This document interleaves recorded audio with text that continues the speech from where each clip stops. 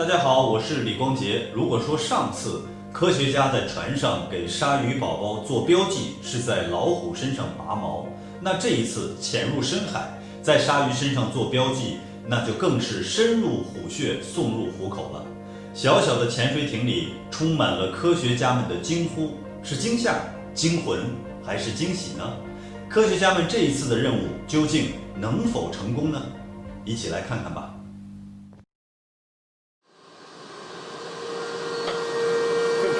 Control nadir on bottom 528 meters, waiting for sharks. How about? I think that looks perfect. Don't go too much further over though, because we want them to come up the slope, and then we can deploy the tags from here. Ready to go. The dorsal fin is likely to be where the starboard element is, and that is going to be a safer shot to not injure the animal. All right. Lights out? Yep.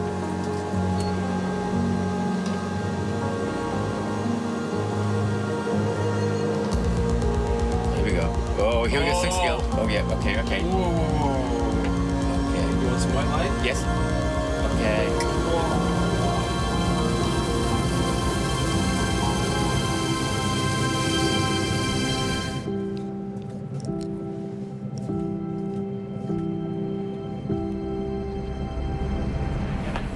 Hey. Tell me about sharks. What do you want to know about sharks?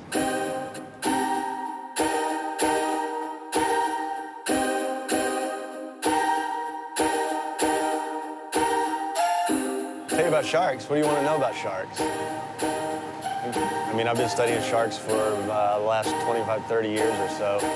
How old am I? Yeah, about 30 years. That's hard to believe. I got interested in six-gill sharks. Well, I've always been interested in six-gill sharks. So incredibly awkward.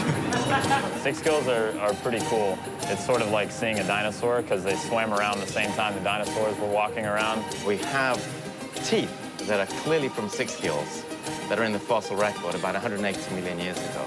They're also just enormous. It's a big, robust shark with a huge, wide head. Their jaws open really wide. That weak jaw actually allows all those teeth to bend across the surface of a whale or whatever it may be and carve out chunks of flesh. And people don't know a whole lot about them. They live in complete darkness, and you don't see them that much. Most people don't know they exist.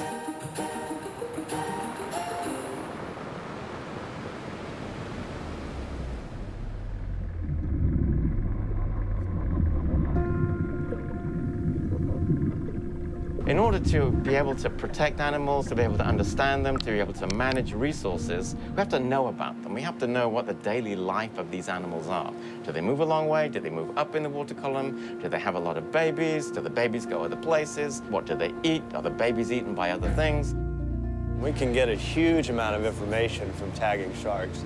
And the beautiful thing about satellite tags is that they only require us to see that animal one time. But in the past, to get our hands on them, to actually figure out what their normal behavior looks like, we have to capture them in the same way a commercial fishery would. We have to set a long line on the bottom, haul them up hundreds of meters, and cause that stressful event. Tag it, measure it, release it. And if you think about that, for a deep sea shark like a six-gill, there's light trauma potentially because they don't ever experience light that bright. Thermal trauma because it's way hotter than they're used to experiencing. Pressure differences. And then if you bring them on board the boat, just the physical strain of putting the animal's weight on its organs and everything. And so in some ways it's amazing they survive all that, but they do survive it. They swim back down, and it takes them a while, like 24 to 48 hours to resume normal behavior, we think. The only way to actually validate that, to see if that's strange behavior due to the capture event and figure out how long that stress actually causes a change in behavior, is to tag them at depth without actually pulling them up.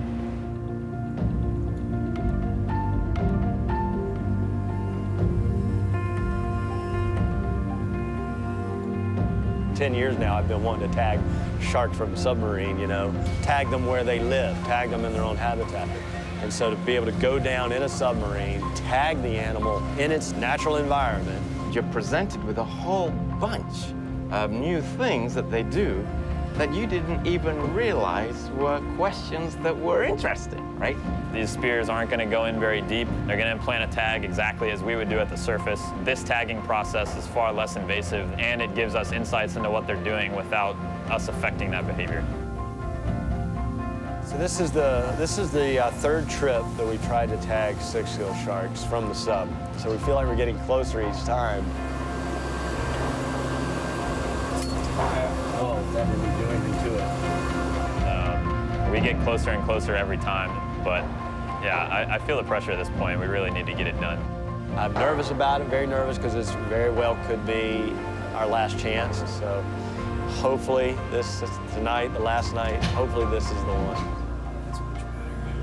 So actually just being in the sub at depth is really very exciting. But I know that, that a lot is resting on this, so as soon as I get a shot, I'm going to take it. So. All right.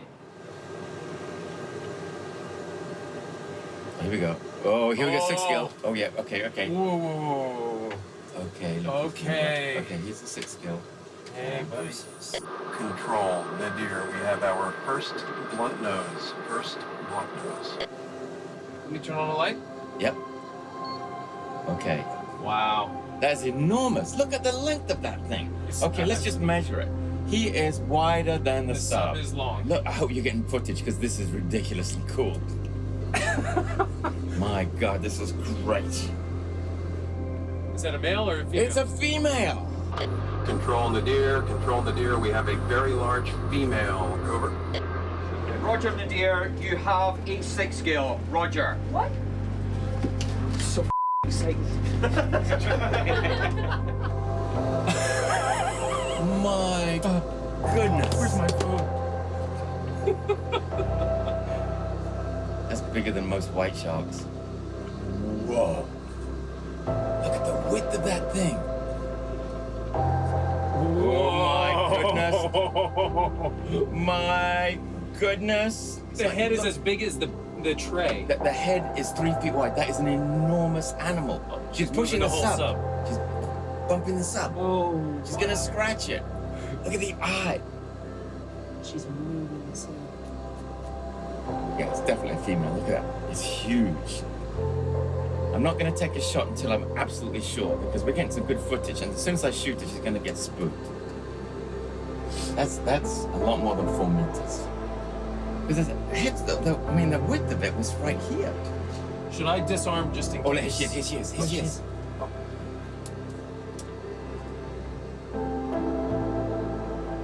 Whoa.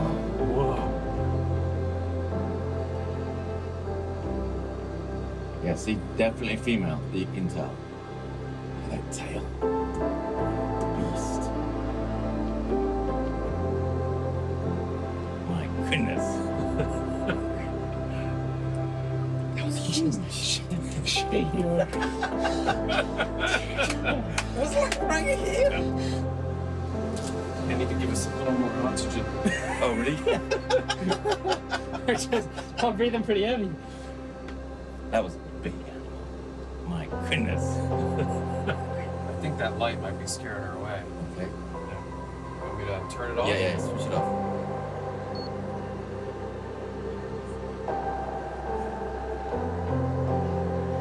Oh, look.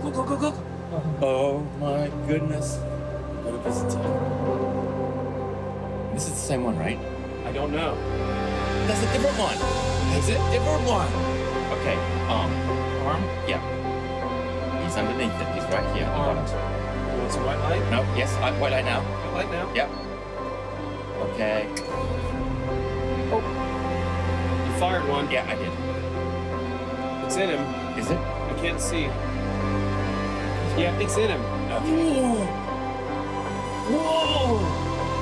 He's rolling. Oh my God! I don't know what you did, Gavin, but you got him. I just saw his fin. I knew it was in approximately the right place. Okay, close your switch, please. Okay, everybody take a breath. See what we can see. Control nadir. Shot fired. We think it went in. There is too much silt to tell. Over. Roger the deer. Tag went into a large male.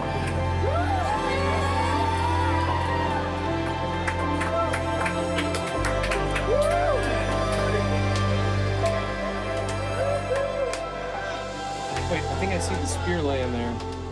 Do you see like a line?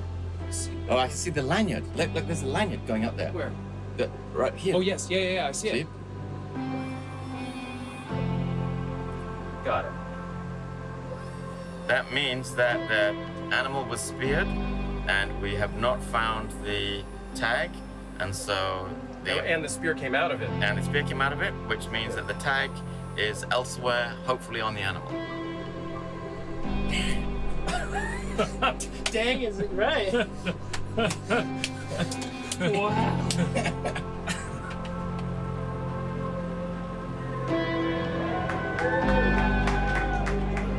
That's the most terrible thing I've ever done in my life. Awesome. Ever. And I'm old. All science at some level is you're trying to figure something out that no one's figured out before. Even if it's a small piece and it all builds. My real passion is doing the science that contributes to problem solving.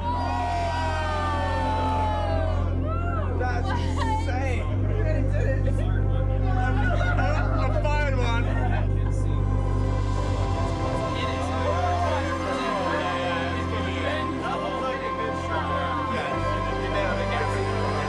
So it's really nice to work with people that like doing things as well as they can be done. This is game-changing for us and for marine scientists more broadly. Tagging the six-gill shark to death for the first time will not only provide new data for our specific research, but it also opens up a new frontier on how scientists can study deep-sea animals in a less invasive way.